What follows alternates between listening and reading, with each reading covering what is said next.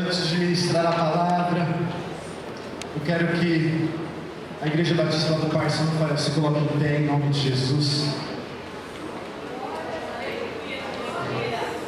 Esses são um pequeno rebanho que está aqui nessa noite, que são os meus guerreiros, que guerreiam ali contra as hostes do inferno comigo.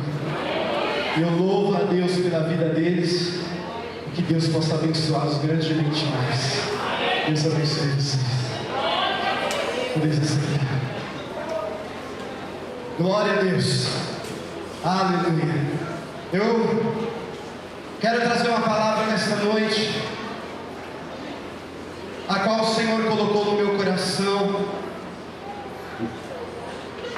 e há bastante dias eu tenho meditado nisso, e eu gostaria que você não perdesse nenhuma parte, para que você entenda bem. E eu tenho meditado nisso nesses dias, e tenho pedido ao Senhor, em oração, que eu seja a igreja, eu seja a igreja a qual Ele sonhou aqui na terra. Sei também que somos falhos e fracos, e como Paulo disse, nós estamos crescendo para chegarmos à estatura de varões perfeitos. Porém, a igreja precisa cumprir o seu papel aqui na terra, custe o que custar, doe a quem doer, as portas do inferno não vão prevalecer contra ela. Se fecharem as igrejas, nós vamos para as ruas. Se não deixarem nós irmos para a rua, nós vamos para a casa. Se não deixarmos ir cultuarmos nas casas, nós vamos para porões. Se não deixarmos nós levantarmos a nossa voz, nós vamos orar no Espírito.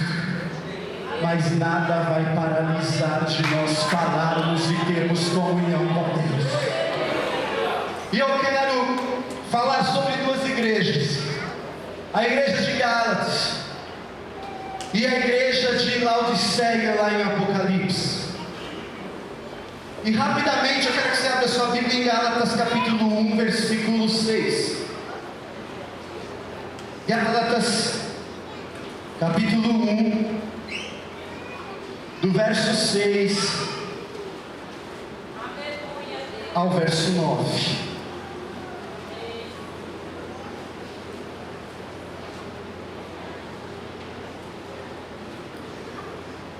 Glória a Deus. Aleluia.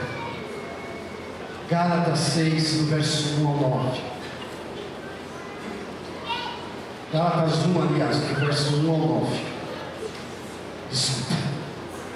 Diz assim, Gálatas 1, do 6 ao 9.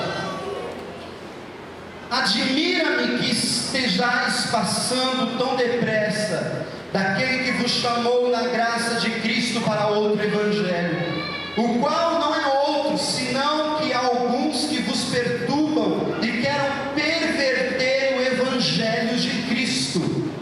Mas ainda que nós ou mesmo um anjo vindo do céu vos pregue evangelho que vai além do que vos temos pregado, seja maldito. Assim como já dissemos, e agora repito, se alguém vos prega evangelho que vai além daquele que recebestes, seja maldito. Amém? Vamos ler todos juntos o verso 6. 1, 2, 3. Admiras-me que estejais passando, todos juntos, 1, 2, 3. Admira-me que estejais passando tão depressa daquele que vos chamou na graça de Cristo para outro evangelho. O apóstolo Paulo, por mais todas as dificuldades que ele passou, prisões, açoites, perigos, mortes, havia um zelo na vida dele, e o zelo na vida dele é pela igreja de Deus. Eu quero que você abra sua Bíblia em 2 Coríntios capítulo 11.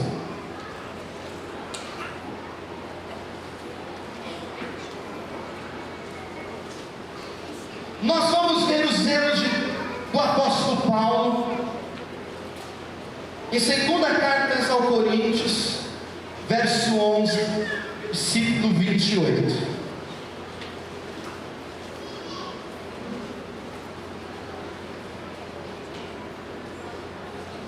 Que diz assim: além das coisas exteriores, há o que pesa sobre mim diariamente, a preocupação com todas as igrejas. Agora vá no capítulo 11, versículo de 1 a 4, que diz assim: quisera eu me suportasseis um pouco mais na minha loucura, suportar-me pois, porque zelo por vós com zelo de Deus, visto que vos tenho preparado por vos apresentar como virgem pura a um só esposo, que é Cristo. Mas receio que assim como a serpente enganou a Eva com a sua astúcia, assim também seja corrompida a vossa mente, e se aparte da simplicidade e pureza devidas a Cristo. Se na verdade vindo alguém prega outro Jesus que não temos pregado, ou se aceitais espírito diferente que não tendes recebido, ou evangelho diferente que não tendes abraçado, a esse de boa mente o tolerais. Queridos, o apóstolo Paulo tinha um zelo muito grande pela igreja. Cristo noivo, ele tinha um amigo, e esse amigo era o apóstolo Paulo, a qual ele tinha o prazer de ver a sua igreja bem, de zelar por ela, de ter um apreço para que nenhuma contaminação, nenhuma igreja viesse a estar enferma diante de qualquer situação a qual o mundo quisesse dominá-la. E eu te pergunto nessa noite: que evangelho nós estamos vivendo hoje? Que evangelho a igreja brasileira tem abraçado? Que evangelho nós estamos deixando entrar na nossa mente e no nosso coração?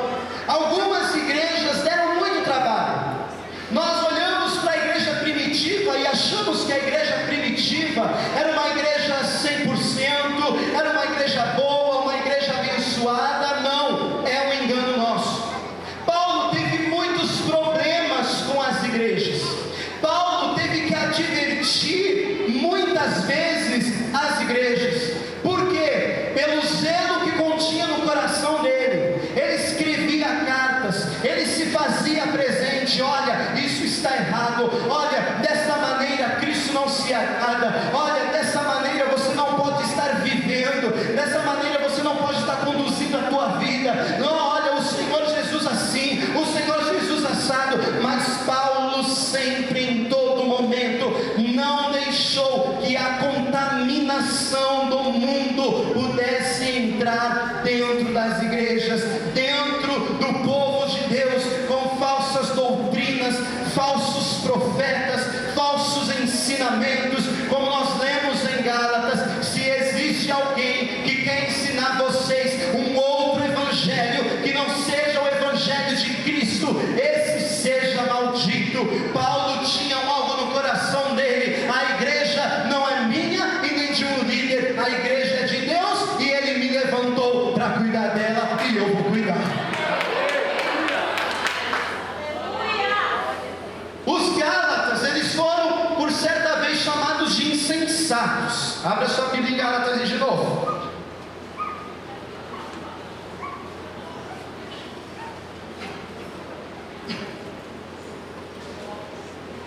Gálatas 3, 1 e 2. Gálatas 3, 1 e 2.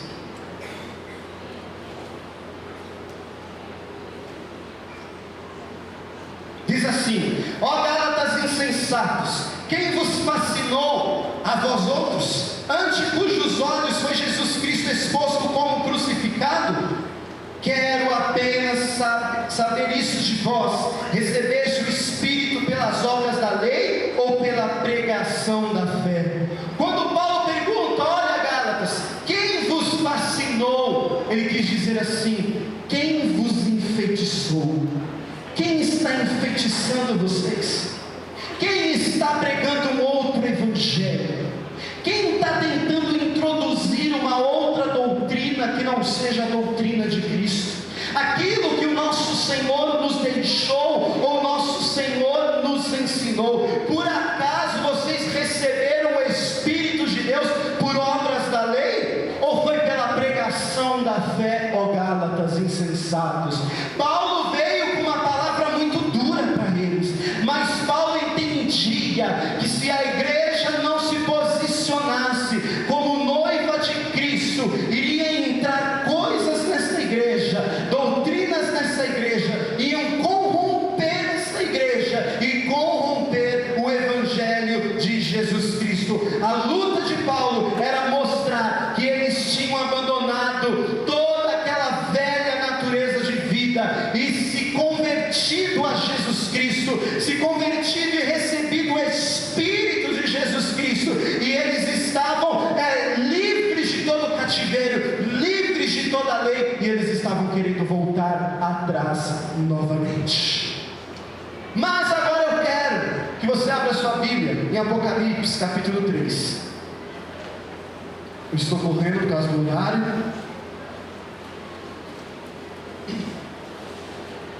Apocalipse capítulo 3. Em Gálatas nós vimos Paulo cuidando da igreja. Agora em Apocalipse nós vamos ver o próprio Jesus cuidando dela. Aleluia. Apocalipse capítulo 3, versículo 14. Ao anjo da igreja de Laodiceia escreve: essas coisas diz o Amém, a testemunha fiel e verdadeiro princípio da criação de Deus. Eu conheço as tuas obras, que nem és frio nem quente. Quem dera fosses frio ou quente. Antes, porque és morno e nem és quente nem frio, estou a ponto de vomitar-te da minha boca. Pois diz: estou rico e abastado e não preciso de coisa alguma, e nem sabes que tu és infeliz, sim, miserável, pobre e segue nu. Aconselho-te de mim, compres ouro refinado pelo fogo para que te enriqueças, vestiduras brancas para te vestires, a fim de que não seja manifesta a vergonha da tua nudez, e colírio para ungir os teus olhos, a fim de que vejas. Eu repreendo e disciplino a quantos amo, sê pois zeloso e arrepende-te. Eis que estou à porta e bato, se alguém ouvir a minha voz e abrir a porta, entrarei em sua casa e cearei com ele e ele comigo. Ao vencedor darei sentar-me comigo no meu trono, assim como também eu venci e sentei-me com meu Pai no seu trono. Quem tem ouvidos ouça o que o Espírito diz às igrejas. Ao que parece aqui, o diagnóstico de Jesus com a igreja de Laodiceia parece caber muito bem nas igrejas do século 21, ou seja, nas igrejas de hoje. A igreja de Laodiceia tinha uma visão completamente errada de si mesma. Parecia não conhecer as suas próprias obras, pareciam estar cegas diante das suas próprias atitudes, diante das suas próprias, dos seus próprios caminhos. Era abastada, ela estava longe de necessitar de alguma coisa. Era uma igreja cega, orgulhosa e distante do conhecimento de Deus que eles pensavam que conheciam. Muitas de nossas igrejas hoje, irmãos, se assemelham à igreja de Laodiceia.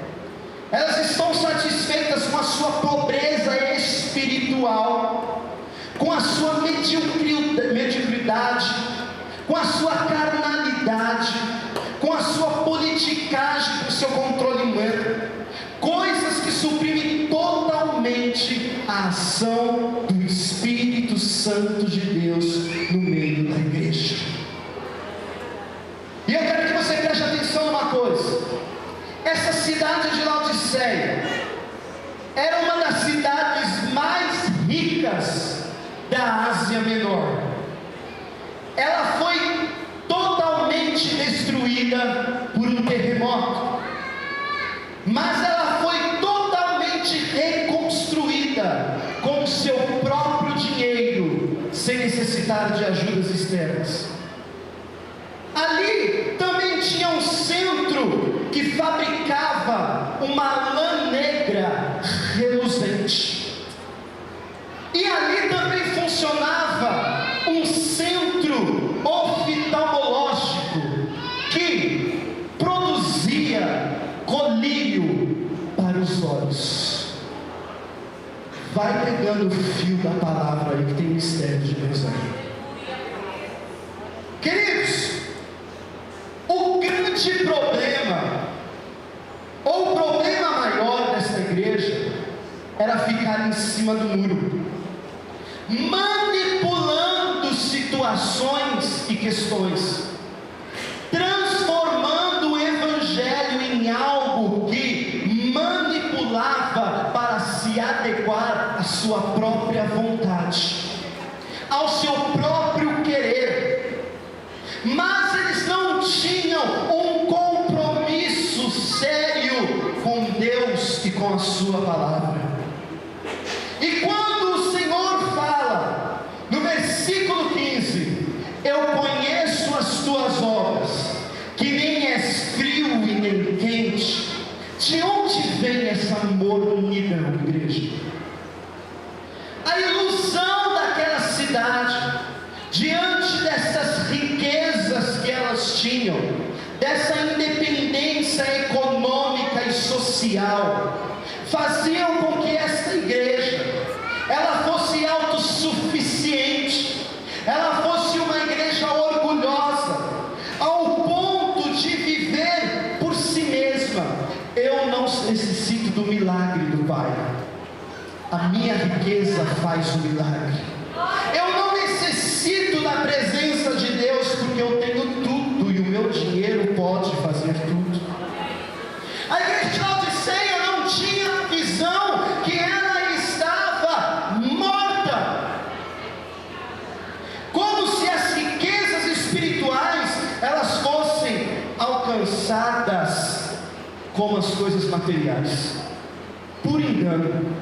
De alguma forma o espírito de soberba estava penetrado naquela cidade, e a pobreza espiritual chamou a atenção de Jesus, que pediu para que João escrevesse e enviasse a esta igreja, dizendo: vocês são pobre, cego, nu, miserável, vocês não estão entendendo quem eu sou, porque vocês estão contaminados por outra doutrina, por outra vontade, por outro querer.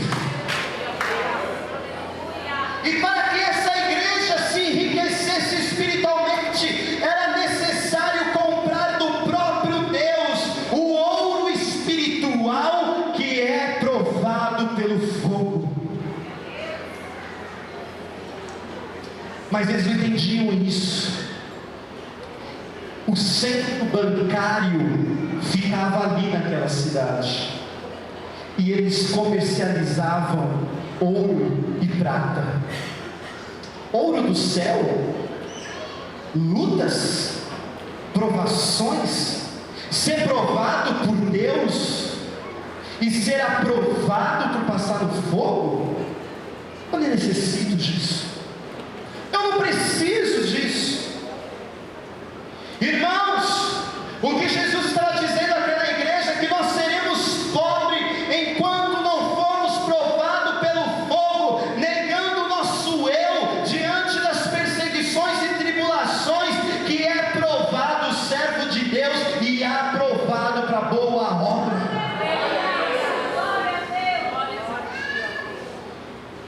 O material que devemos usar para construir o nosso edifício espiritual tem que ser ouro, prata e pedras preciosas, não palha, nem feno e nem madeira. A igreja de Laodiceia estava nua, a despeito da sua roupagem de lã. Elas se orgulhavam por ter um centro comercial, onde poderia fabricar qualquer tipo de roupa e vesti-la.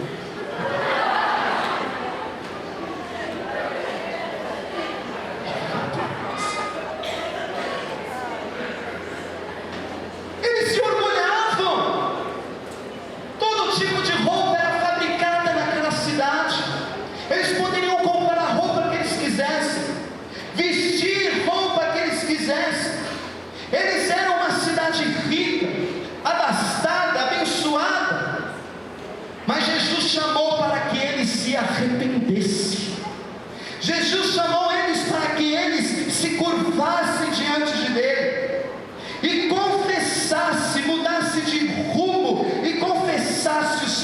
pecados, as suas rebeliões contra Deus. Só assim eles poderiam receber a justificação e a santificação de Deus. Irmãos, é interessante nós vermos que a igreja de Laodiceia tinha um centro oftalmológico, onde produzia colírio para os olhos. Olha, interessante. Mas o Senhor chega para ela e fala assim: você é cega.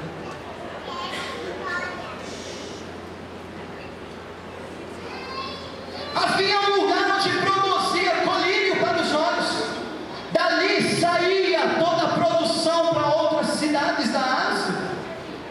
Mas Jesus olha para a igreja e fala assim: olha, Laodiceia, vocês são cegos. Ela havia perdido a riqueza espiritual e ela estava cega, porque ela não conseguia discernir mais as motivações do coração e as intenções do Espírito. A espada do Espírito, que era a palavra de Deus, irmãos, ali não funcionava mais. Sabe por quê? Porque se a palavra de Deus funcionasse dentro da igreja de Laodiceia, sabe o que aconteceria? Ela ia dividir alma, juntas, medulas, ia discernir os pensamentos e propósitos do coração, e eles seriam curados. Mas não tinha mais a espada do Espírito. Os olhos daquele povo precisavam não do colírio do centro oftalmológico, eles precisavam do colírio de Deus. Quando Jesus diz para ela: olha, é necessário que as suas escamas, a escama dos seus olhos caiam, para que você possa ver. É tanto que Jesus exorta elas dizendo: aconselho que de mim compres colírio para ungir os olhos, a fim de que vocês vejam. Estão entendendo? Olha o mistério do Senhor. A igreja de Laodiceia havia feito uma coisa. Quando nós lemos lá assim, ó, Jesus dizendo no versículo 20: eis que estou à porta e...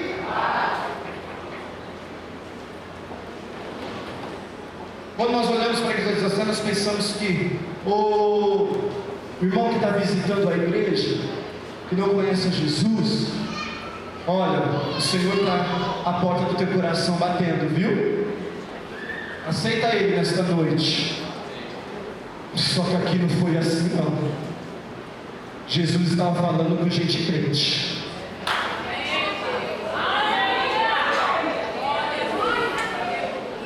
E o maior problema de Laodiceia, sabe qual foi? Fazer assim: Jesus, dá para ficar aí do lado de fora, porque nós não precisamos da tua ajuda. E ele estava lá fora. Sabe por quê? Por causa do livre-arbítrio. Você não quer, ele sai. Você quer, ele entra. E aí Jesus fala: eu estou à porta, igreja de Laodiceia, eu estou batendo. Se vocês conseguirem ouvir a minha voz, eu vou abrir a porta, eu vou entrar e nós vamos ter comunhão juntos.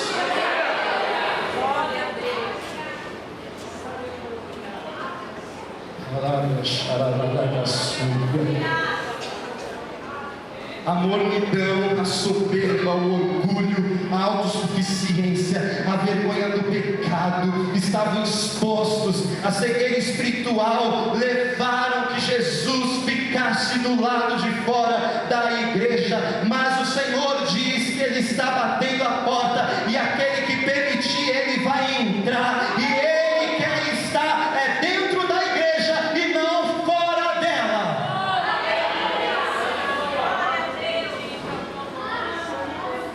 Mas Deus é uma palavra de consolo para Laodiceia. Olha, estou fazendo isso, igreja de Laodiceia, porque eu repreendo e disciplino a a quem eu amo.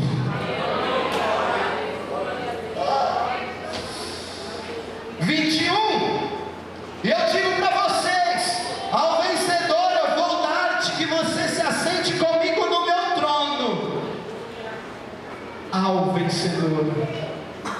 Ele não falou à igreja, ele falou àquele que vencer, porque nem todos vão vencer, nem todos vão negar a sua cruz, nem todos, aliás, negar o seu eu, nem todos vão tomar a sua cruz e seguir a Jesus, nem todos vão compreender o bater desta porta. E Jesus disse ao vencedor: eu vou fazer que se assente comigo no meu trono, como eu venci e me assentei com meu Pai no meu trono. Olha a igreja de Laodiceia, o Espírito está falando, quem tem ouvidos ouça. Que evangelho nós temos vivido hoje? Laodiceia, em termos espirituais, é a igreja de Cristo desses últimos dias. Eu estou horrorizado com o que eu ouço e com o que eu vejo. E no início, quando eu falei à igreja, eu clamo a Deus para que eu seja a igreja que Cristo quer que eu seja. Eu falo assim: Senhor, ainda vai ter um remanescente que vai mostrar que Jesus Cristo é o Senhor. Ainda haverá um remanescente que vai declarar que Jesus Cristo vive e reina para todo sempre. A igreja de Laodiceia é uma figura profética das situações que os cristãos estão vivendo hoje, nesses dias difíceis. São tempos de tecnologia, de ciência, são tempos de racionalismo, relativismo. Oh, irmãos, então tem coisa. São tantas coisas que está permeando a igreja de Deus sorrateiramente, devagarinho, pelas beiradas. São tempos em que o amor está se esfriando.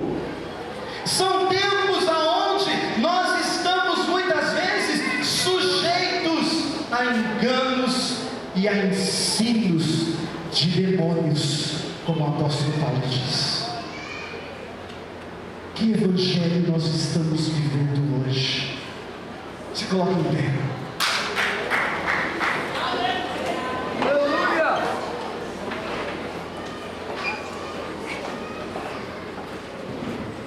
A igreja não vê mais Cristo. Ela precisa abrir seus olhos. A igreja precisa trocar as suas vestes. A igreja precisa abrir a porta para Cristo entrar. Irmãos, hoje cada um pensa como quer, fala como quer, age como quer, vive como quer, e abusam da graça de Deus para dar lugar ao diabo. Mas eu quero dizer para você nesta noite que Cristo está aqui, e Ele tem colírio para os teus olhos. Cristo está aqui e Ele tem roupagem nova para você. Cristo está aqui e Ele não quer ficar do lado de fora, não. Ele quer entrar e cear contigo nesta noite. Por isso eu quero falar uma coisa para você nesta noite. Se a cegueira tem te pegado, se você não tem conseguido enxergar Cristo, se você precisa trocar a sua roupagem, se você precisa Deus entrar dentro de você de uma maneira especial, se os anos da sua conversão têm te trazido mornidão, têm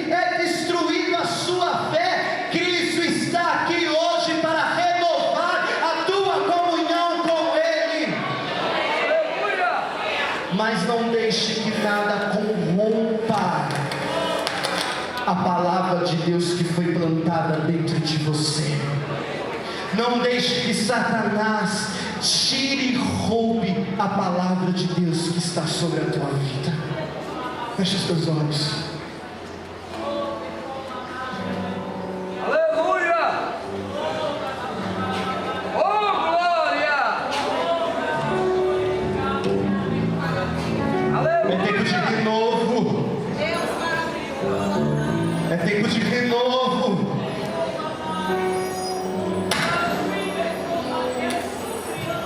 Aleluia! É tempo de trocar as vestes.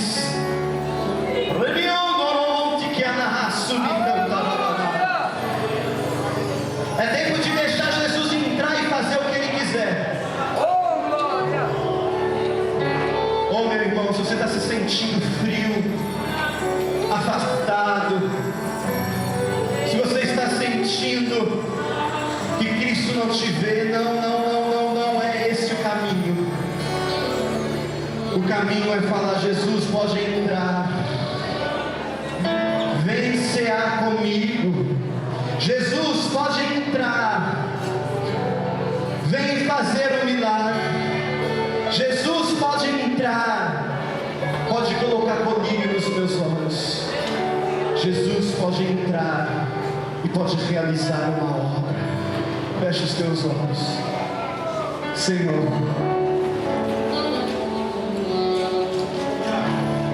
eis a tua igreja, eis a noiva de Cristo Jesus. A noiva está precisando se encontrar com o noivo. A noiva está precisando ter intimidade com o noivo. A noiva está precisando ouvir a voz do noivo. A noiva está precisando entender o que o Senhor quer para a sua noiva. Por isso eu peço ao Espírito Santo de Deus agora, que vai tocando naquele Pai, que porventura esteja fraco, que porventura esteja com a sua fé tão pequena, que ele fala: acho que a minha fé morreu. Tocando naquele, Senhor, que olha para si e fala: Senhor, eu estou tão sujo, eu estou precisando de vestes novas. Espírito Santo, pode ir ao encontro dessa pessoa agora. Anjos de Deus, pode ir ao encontro dessa pessoa agora. Pode tocar no coração dela. Pode fazer uma obra no interior dela, Espírito Santo. Porque o Senhor está voltando. O Senhor vai vir buscar uma noiva santa, pura, uma igreja imaculada.